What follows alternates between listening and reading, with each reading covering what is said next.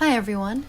Thanks for listening to my take on the Arab-Israeli conflict and why I stand for Israel. By no means am I a professional on this topic or had much experience in research before, so sorry if I get anything wrong, but this is my personal opinion on everything and why I stand for Israel. I know that no side in this conflict is completely innocent, and I could be in the wrong for making this video, but this is my take on things. I'm sorry for my incompetence in getting this video out, as well as the extreme lack of uploads. I will not be trying to cover the whole history of this conflict as I said I would, as I don't really trust myself to write that. Sorry. Watching this, I'm going to assume that you already know what's going on and know about Hamas, the IDF, and what Israel and Palestine are. As you all probably know, on October 7th of 2023 at 6:30 a.m., Hamas launched rockets into Israel, coming from the Gaza Strip. Militants from Hamas and the PIJ infiltrated Israel soon after. According to Britannica, the attack resulted in the deaths of 1,200 people, who were mainly Israeli citizens. 240 people were taken hostage as well. In response to this attack from Hamas, Israel fought back, declaring itself in a state of war and cutting off, quote, water, electricity, food, and fuel from entering the territory, end quote, which is Gaza. Despite what some people say, this conflict didn't begin on October 7th or in 1948 when the Nakba occurred. Before that, Arabs and Jews were always having conflict over the land. The Jews were actually in Canaan a long time ago before 1948, and were there before Judea was renamed Syria Palestina and their exile from their homeland. Conflict over the land between the Palestinian Arabs and the Jews can be seen through events that happened, such as the Nabi Musa riots and the Peel Partition Plan that happened prior to 1948. Yet prior to the war, Jews who immigrated to the land mainly bought their land to live on legally. I find that a lot of the conflict arose from issues with the Balfour Declaration. Throughout this long history before and after 1948, there have always been attempts to make peace declined by the Arab side. Some examples include the Peel Partition Plan, suggested in 1937, the UN Partition Plan of 1947, and the Camp David Summit, which included an offer for the guaranteed right of return for Palestinian refugees, which were all rejected by the Arab side.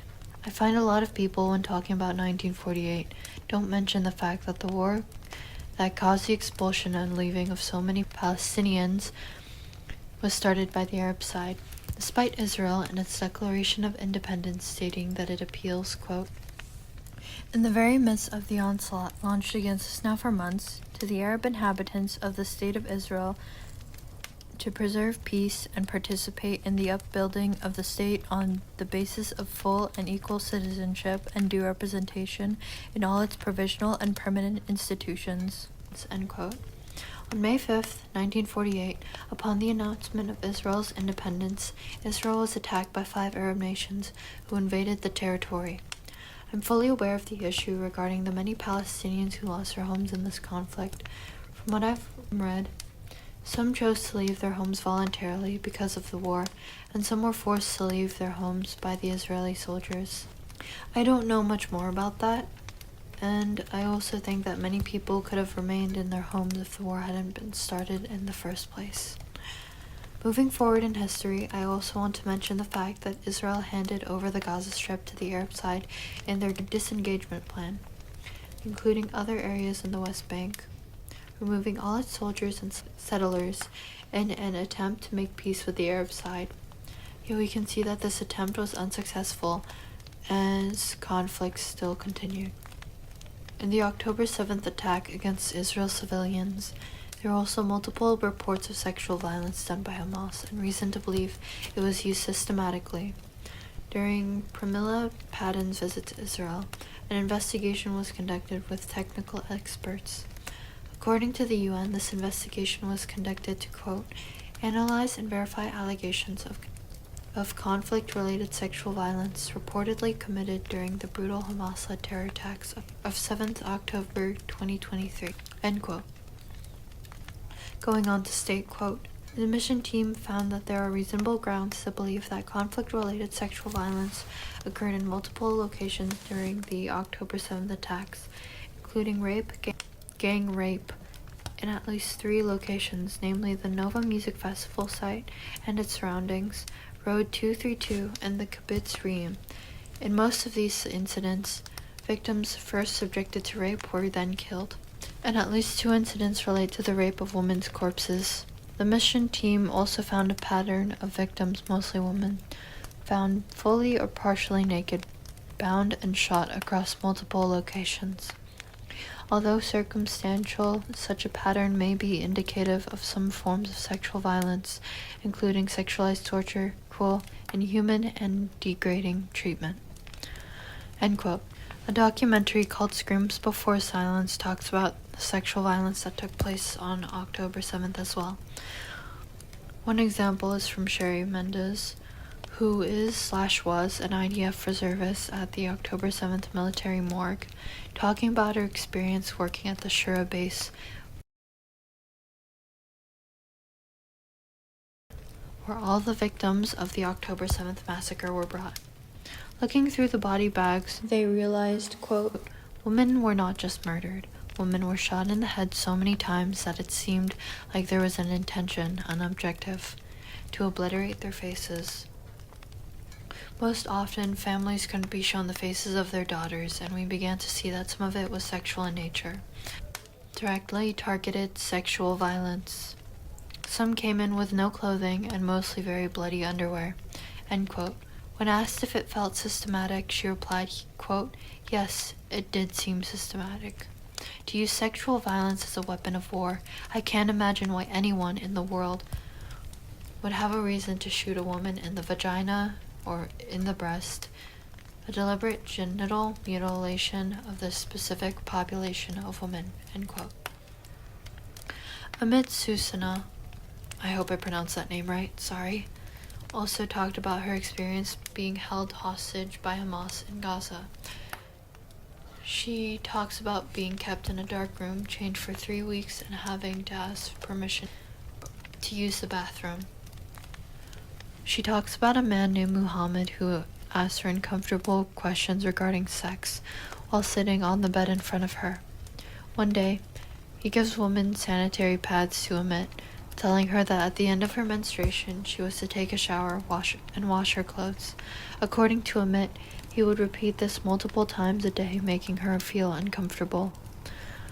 Amit fooled Muhammad into thinking that the period lasted for around a week until she was unable to lie any longer.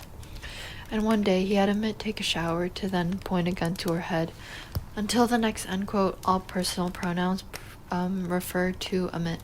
Quote, huffing and breathing heavily, and he had a face like a monster, like a beast, like this. So I stood up and held the blanket, a small blanket, to cover myself. And he came towards me and just pointed a gun really hard at my forehead, screaming at me, take it off, and punching me until I could not hold the towel anymore. And he started touching me, and I resisted. And then he dragged me to the bedroom, and then he forced me to commit a sexual act on him. End quote. In this case, Israel should be exercising its right to defend itself. People come into your country, kidnap, rape, and kill your civilians. You'd want to get the hostages back and defend yourself from terrorists and fight back. The people Israel have been up against harmed Israel's civilians deliberately as well as their own. Hamas is using civilians for human shields. The definition of a human shield, the International Review of the Red Cross, is, quote, as used in international human law, means a civilian placed in front of a military objective so that his civilian status will deter the enemy from attacking that objective. The use of human shields is absolutely forbidden. The law also places obligations on the party under attack to take precautions against the effects of attacks, end quote.